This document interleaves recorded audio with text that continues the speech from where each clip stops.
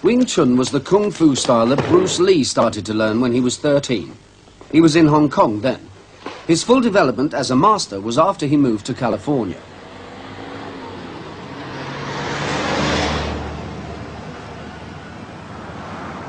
It was in Los Angeles that he began his film career, and at the same time worked out his theories about the fighting arts. He taught many people, but he shared his deepest thoughts with very few. One man who worked closely with him still teaches Bruce Lee's approach to fighting in his Los Angeles gymnasium.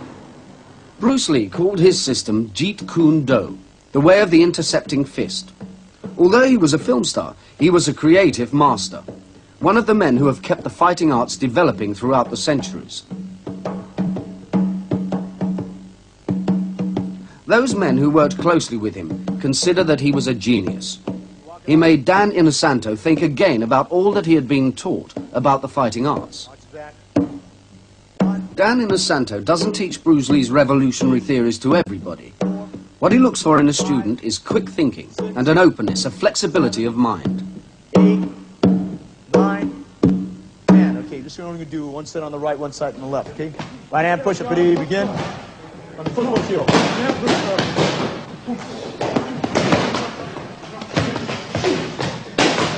Although Jeet Kune Do is based on Kung-fu, it uses many other techniques as well. It even incorporates Western boxing into the Eastern fighting arts. The students are taught to fight ferociously, and yet to be sensitive to their opponent. They must feel out his technique and respond to the energy of his attacks, taking it over and using it against him. Bruce Lee taught that the response to attack can be to use a technique from any fighting system in the world. It's a combination of East and West, and there's neither Japanese or Chinese or Okinawan or Korean or Filipino or Indonesian, or which he also borrowed from French Savate quite heavily also. See?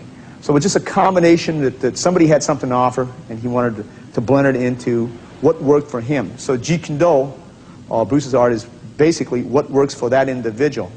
And it still goes back to what we were talking about: research your own experience, absorb what is useful, and reject what is useless, and add specifically what is your own creation.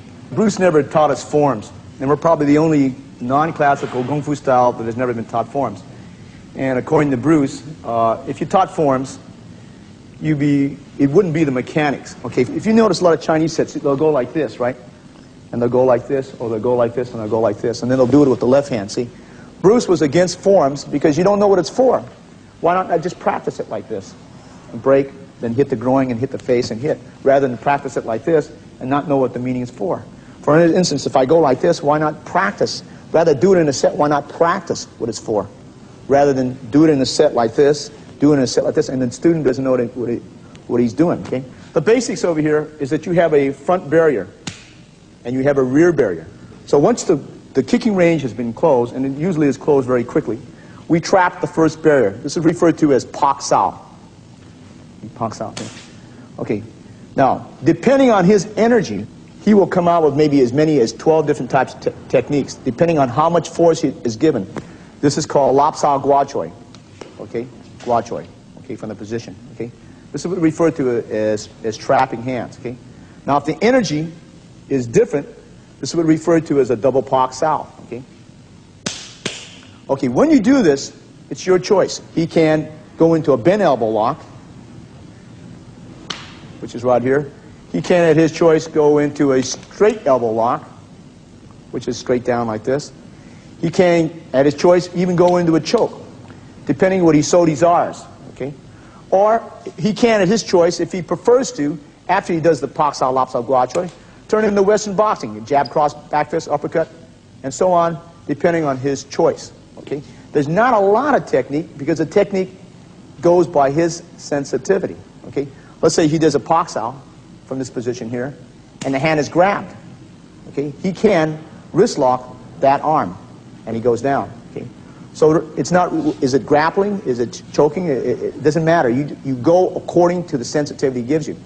If you limit yourself to a particular style, then you have to solve it. For instance, if I did a Pak Sao, Wing Chun will go like this. You'll just sometimes go straight.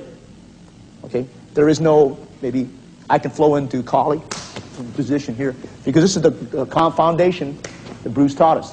That it doesn't matter what art and where you take it from, you just flow accordingly to the structure of your body. So it doesn't have to be. And I think that's where the great fall in the world is. They think it's a Chinese. It is a Kung-fu style because its roots are found in, 50% is found in the Wing Chun system. But he went out of it, okay? There is not like the movies where you see the give me a hook kick and a cyclone kick. It is nothing something like this. Let's say we go like this, and this stuff that you would see, very seldom Bruce would use. In all the confrontations that I've seen Bruce, an actual confrontation, I've never seen him do any of this at all unless he's just playing around with the man, okay? So all this high kicking and flashy kicking is usually out. For an example, right? This here, if he grabs my hand, Bruce would just go, stop, that's good enough. See? But you see, as Bruce said, what is spectacular for a movie is not usually practical for the street.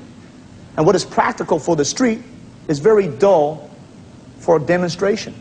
Who wants to see a guy go pox out, he grabs and you stomp and he headbutt, see? Or you hit up. It's not spectacular enough, see? But now the spectacular stuff of this stuff here, it attracts the audience, right?